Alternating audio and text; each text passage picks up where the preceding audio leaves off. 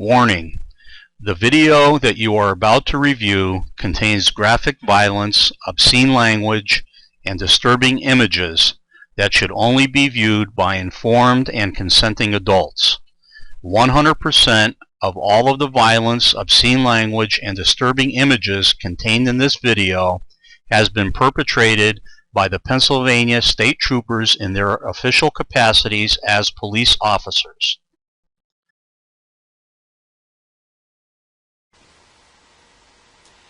Hello, my name is Larry Holhall. I am a former Pennsylvania police officer and a graduate of the Pennsylvania State Police Academy for Municipal Officers. I am also the author of a nonfiction book about judicial corruption in Pennsylvania. Since I wrote my book, countless people have approached me from all over the United States requesting help with their corruption issues. This case stands out from all that I have reviewed to date. Not because of the claims made, not because of the outrageous actions of those in power, not because it is a subject that is near and dear to my heart. It stands out for two reasons. The first is the absolute proof of the crimes committed by the Pennsylvania State Police.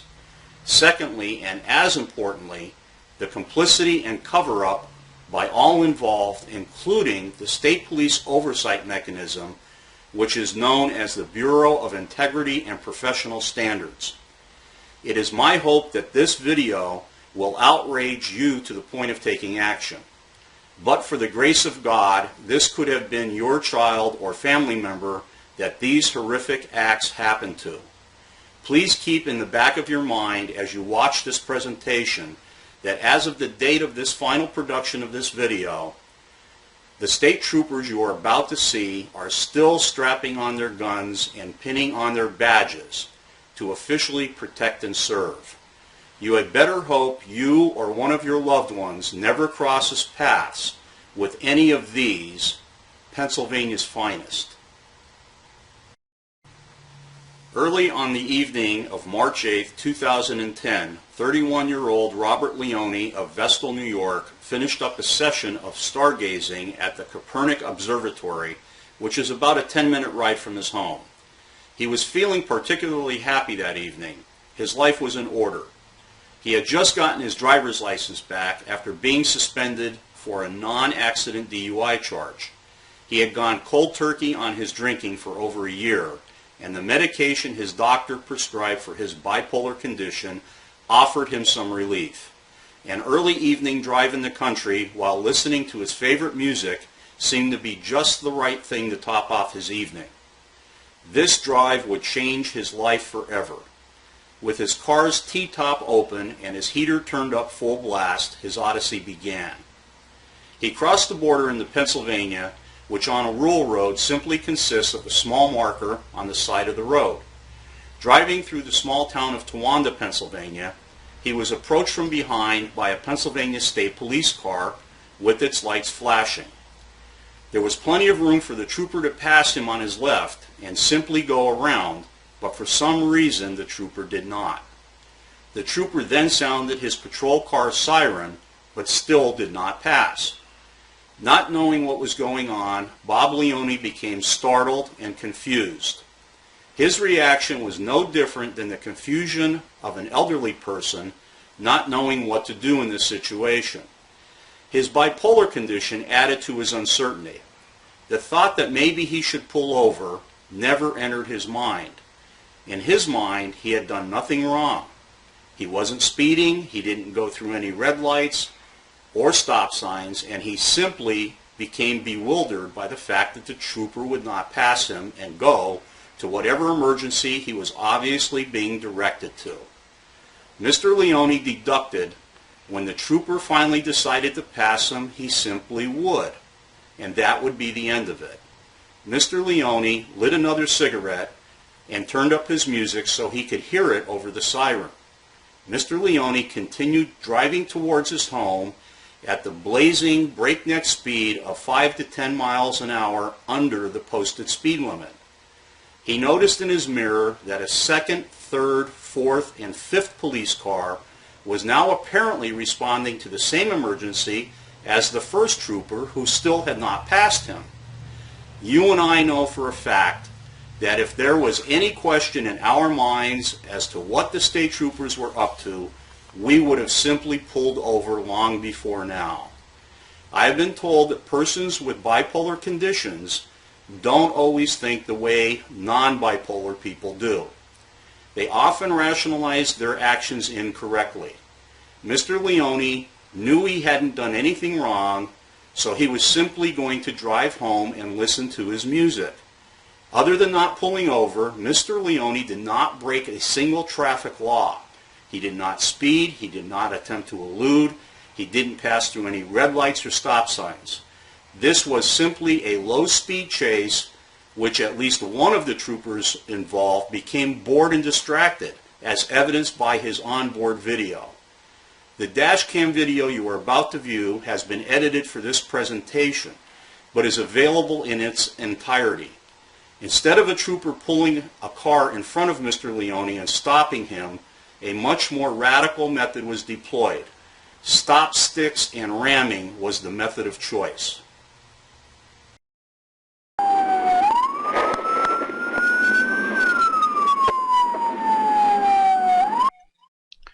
Watch this car.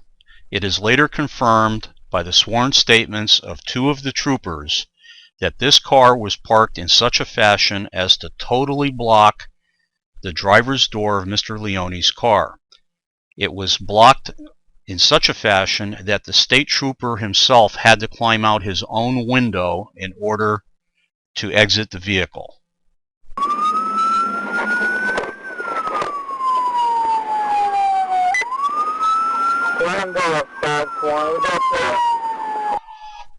Although I cannot attest to the trooper's mindset at this time, it appears as though the trooper has decided there is no mortal threat, as he clearly holsters his service weapon.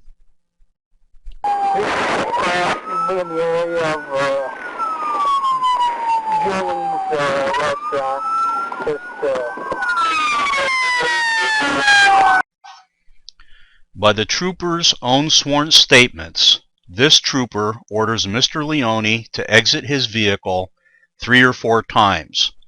Mr. Leone cannot open his car door because of the trooper's car blocking it. He is then tasered by the trooper through the open sunroof.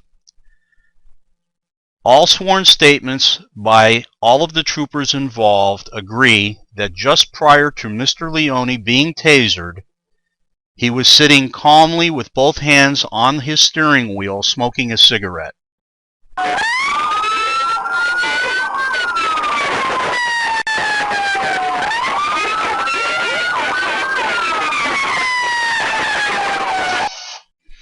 As Mr. Leone is removed through the passenger door, watch how Corporal Stipak positions himself on the roof of the car. Note that he does not exit the roof and then assist his fellow troopers in handcuffing Mr. Leone. Rather, he jumps directly onto Mr. Leone with both feet while Mr. Leone is face down on the ground. This maneuver is known as a monkey stomp and is not taught as a valid maneuver in the police academy.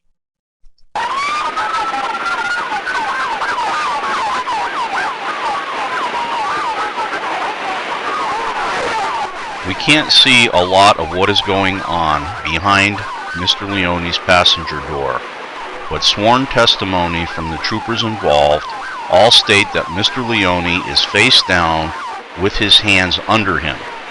If you look closely under the car door, it will appear that from time to time you can see Mr. Leone's body bounce as he is being struck, kicked, and tasered.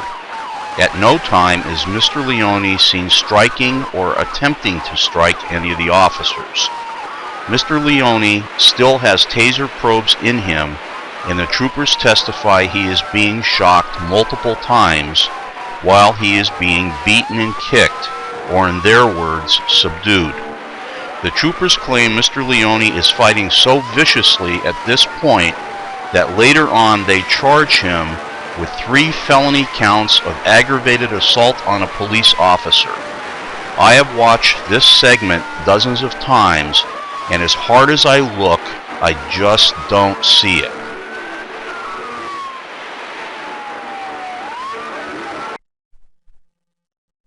One of the troopers breaks his own hand by admittedly punching Mr. Leone in the head with it. Striking or punching a suspect in the head with a closed fist is not taught in the police academy and is a maneuver that is specifically addressed as not authorized.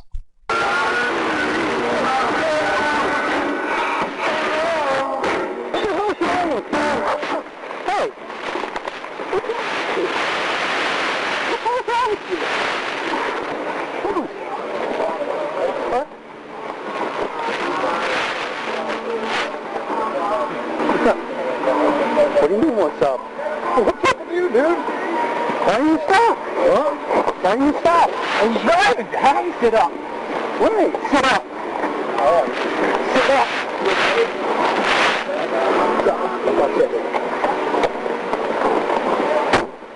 Get back to your nest. All right. What the fuck's your problem? Huh? Nothing. Nothing. What's your name? Rob. Rob what? Leone. Where you from? That's New York. Yeah. I'm trying to drink tonight. You want to hold up? Hello? I have to drink tonight. How long would you have? As a former police officer, my experience has taught me that when people lie to cover up wrongdoing, they often lie about the unimportant issues with as much conviction as the important ones. In other words, they embellish the small issues to make the big issues look more believable. Here is an excerpt from the official internal investigation of this matter. The signed sworn affidavit accompanying this statement reads as follows. I, Trooper Andrew J. Burian, verify that I was given the opportunity to review the above information and that I was allowed to make any corrections or clarifications. By placing my signature in the space provided below, I verify that the above summation accurately reflects my observations of the events regarding this incident. His statement reads as follows. The suspect was still uncooperative and wouldn't walk to the car. Something so simple, but it is a lie. As you will see, Mr. Leone did cooperate and voluntarily walked to the car.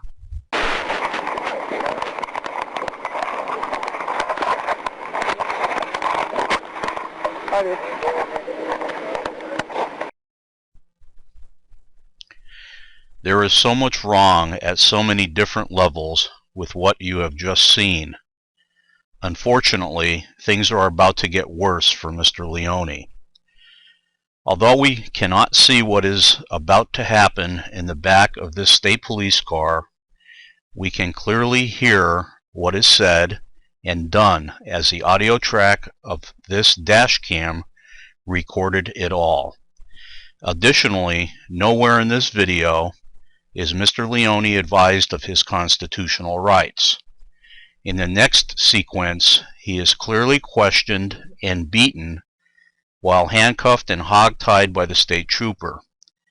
If Mr. Leone had just committed a horrendous crime before he was stopped and answered the trooper's questions as he was directed to do by the trooper, none of his admissions would have been allowed in court. In other words, when questioned by the trooper, if Mr. Leone stated he had just murdered 5 people, his admission could not be used because basic, mandatory police procedure was not followed. As bad as things have been for Mr. Leone so far, it would have been a gift from God if this were the end of it. Once again, things are about to get much worse for Mr. Leone. Much, much worse.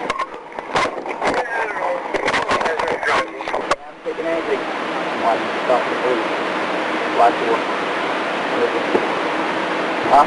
What's the problem? I'm driving. Yeah? Not even a little before this, huh? I'm driving. Driving? You see all the police on? Straight over, Bill. You got a long fucking night, you got. You hear me? Copy. You fucking I'm in West Point right now. Huh? Jeez.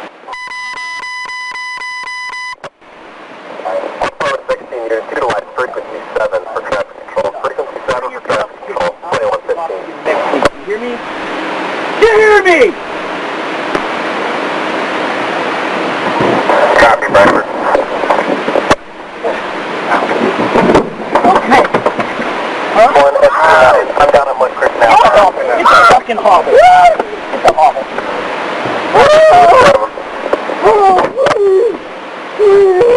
Spit on me, jackass. I'm sorry. Huh? Okay, I'm sorry. Fucking spit on me. I'm sorry. No, sorry for that. You know what it's called? Pennsylvania State Trooper, you asshole. You fucking brave man, huh? Fucking spit on me, jackass. Okay. Asshole. What the fuck is your fucking you asshole?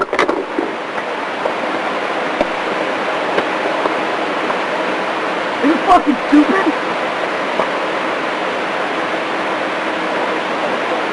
Hold on. Give me a second. Hold on. Give me a cup. Come on, I got a hot tide. Hold on.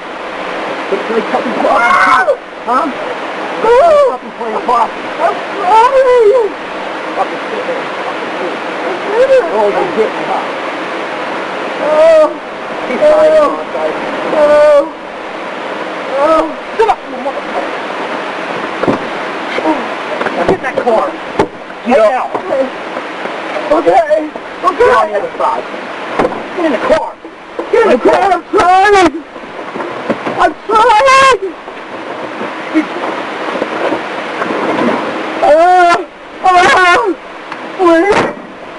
On your side. Okay. On your side. Okay, like this? No, other side. Okay.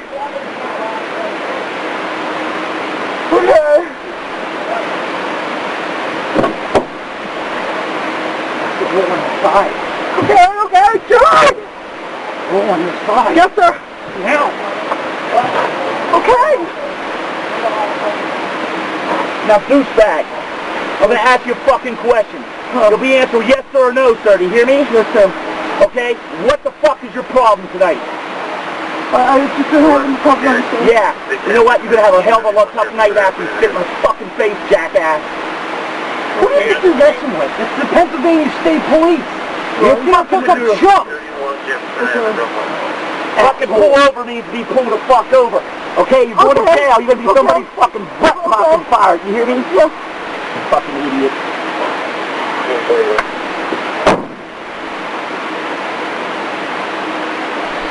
Listen carefully as we replay the point in the video where the trooper claims Mr. Leone spits on him.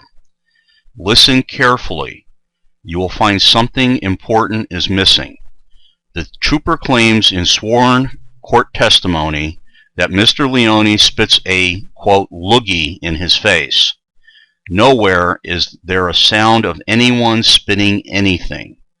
The audio is so clear that you can hear Mr. Leone's breathing, but no spitting sounds are present. As a matter of fact, the only thing you do hear is a totally compliant and submissive prisoner in tremendous pain and an out-of-control state trooper. Okay. I'm down at Mud Creek now. It's a fucking hobble. It's a hobble.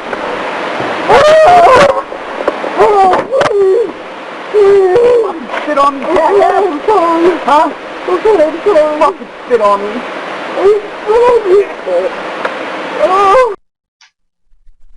Mr. Leone is willing to take a polygraph test and swear under oath that he did not spit on this trooper. Let's say for argument purposes that a shackled prisoner does spit on a police officer.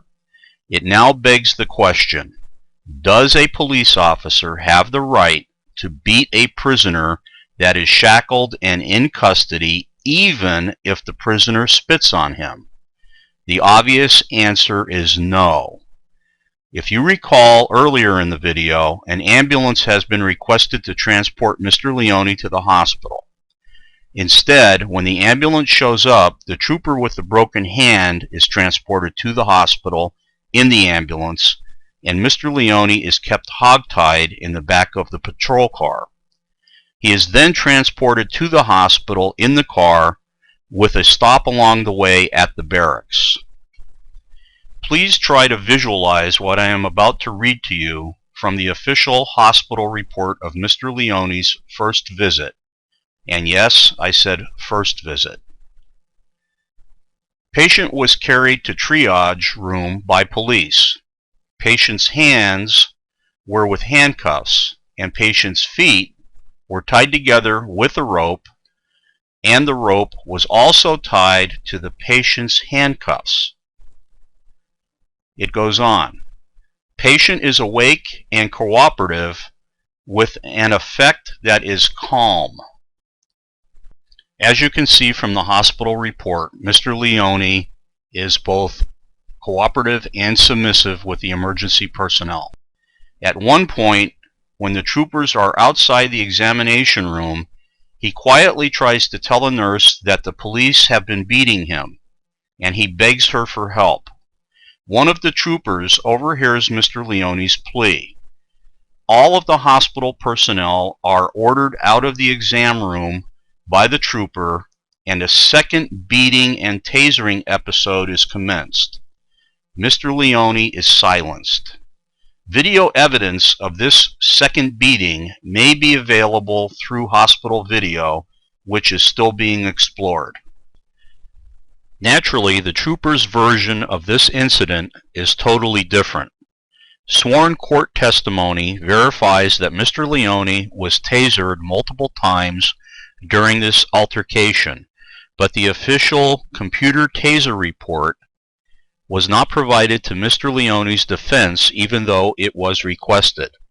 In the overall scheme of things, this beating is a very important event, and I will reference it a little later on.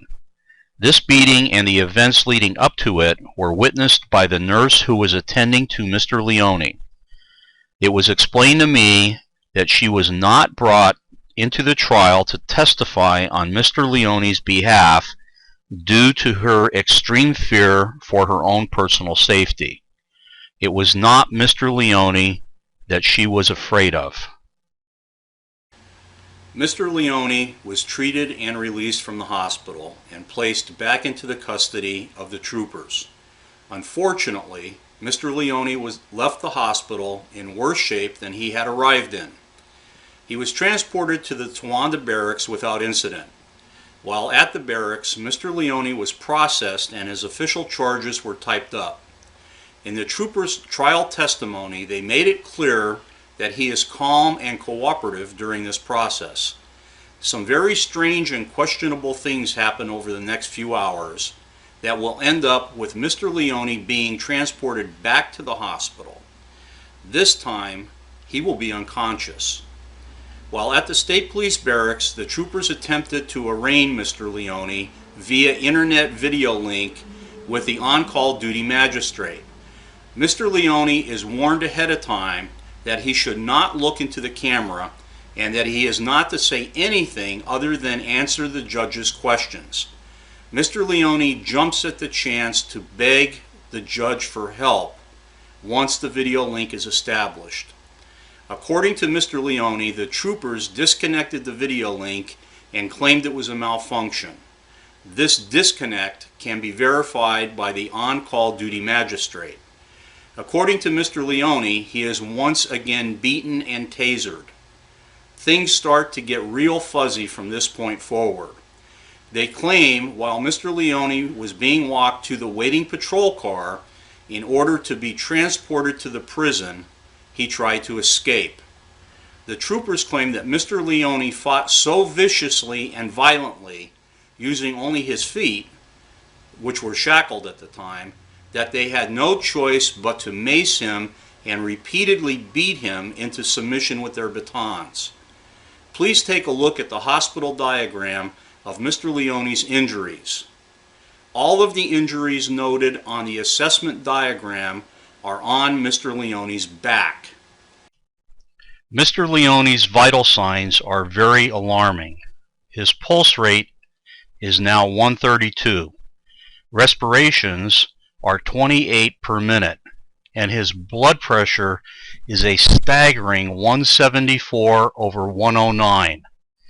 The triage report states, patient unable to explain events prior to his arrival to the ED. There are many conflicting statements made on this emergency department report, which will be discussed at a later date. One of the most concerning is an entry made at 6:10 a.m. The attending nurse states, patient is shaking and disoriented to time and events. It appears on the report that 26 minutes later, Mr. Leone is discharged from the hospital back into the custody of the troopers.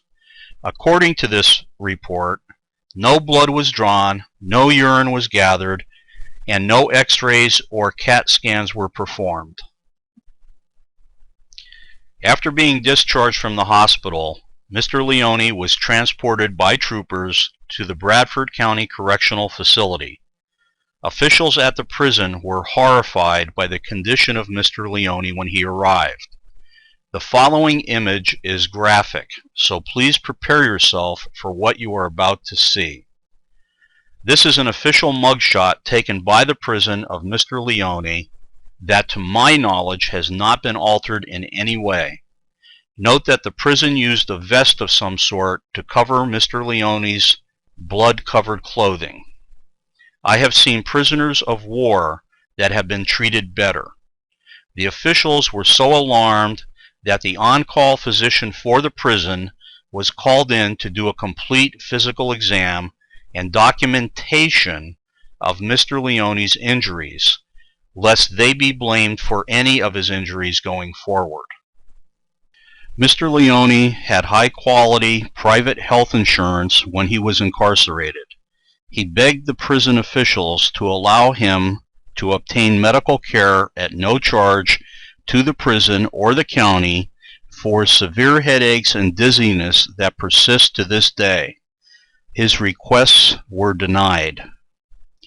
At some point after Mr. Leone was incarcerated, he thinks he was arraigned. Regardless, it was well in excess of Pennsylvania's 6-hour preliminary arraignment rule. Believe it or not, this story so far spans less than 24 hours. Mr. Leone's nightmare was just beginning.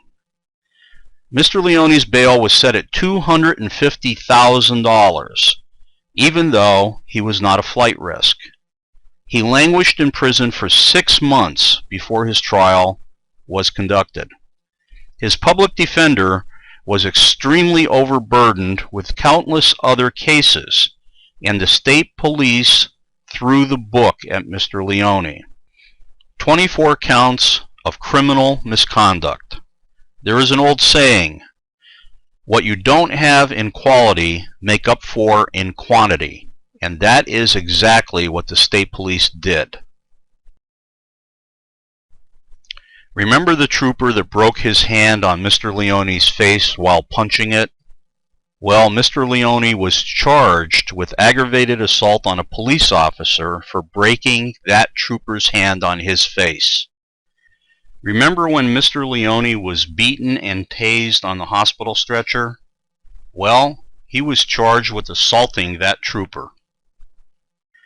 The troopers also charged Mr. Leone with DUI, even though his blood test came back negative for alcohol or illegal drugs. I believe this case became so important to the state police that they convinced the district attorney of Bradford County to try the case himself, as opposed to one of his underlings. It is a decision the district attorney would later regret. Regardless of the less than stellar defense, the jury read right through the state police and district attorney's smokescreen. Mr. Leone was found not guilty or had charges dismissed on 20 of the 24 charges. All of the serious charges were gone. It looked like Mr. Leone should have been sentenced to time served. That did not happen. Mr. Leone has been sentenced to 1.5 to 4 years in prison and is still incarcerated. I believe with all of my heart that he will not be released until after the statute of limitations has expired on the crimes that have been committed against him. There is so much more to this story than time will permit in this video, but here are the main issues as I see them.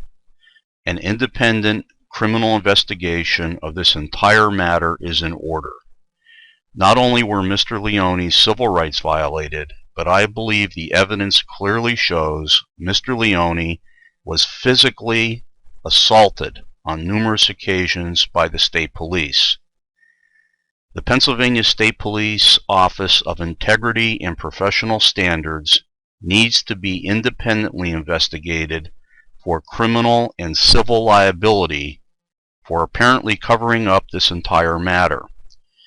The fact that this internal investigation found no wrongdoing by any of the troopers involved here clearly indicates to me that the state police investigating themselves for any wrongdoing on any matter is really a bad idea. After reviewing the same dashcam video as you just did, I would have thought the District Attorney of Bradford County should have taken pause with this case, instead of jumping in with both feet to defend the actions of the state police.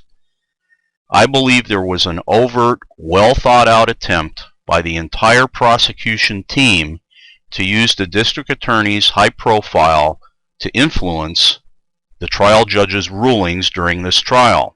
And I believe they were successful at doing so, as demonstrated by some serious verdict-changing evidence that was denied to the defense. For instance, once the internal investigation was referenced to the jury by one of the troopers on the stand as proof of no wrongdoing by him or any other member of the state police, the defense was clearly entitled to a copy of this report. I suspect the trial judge denied defense access to this document because it contains some very serious defense-aiding information.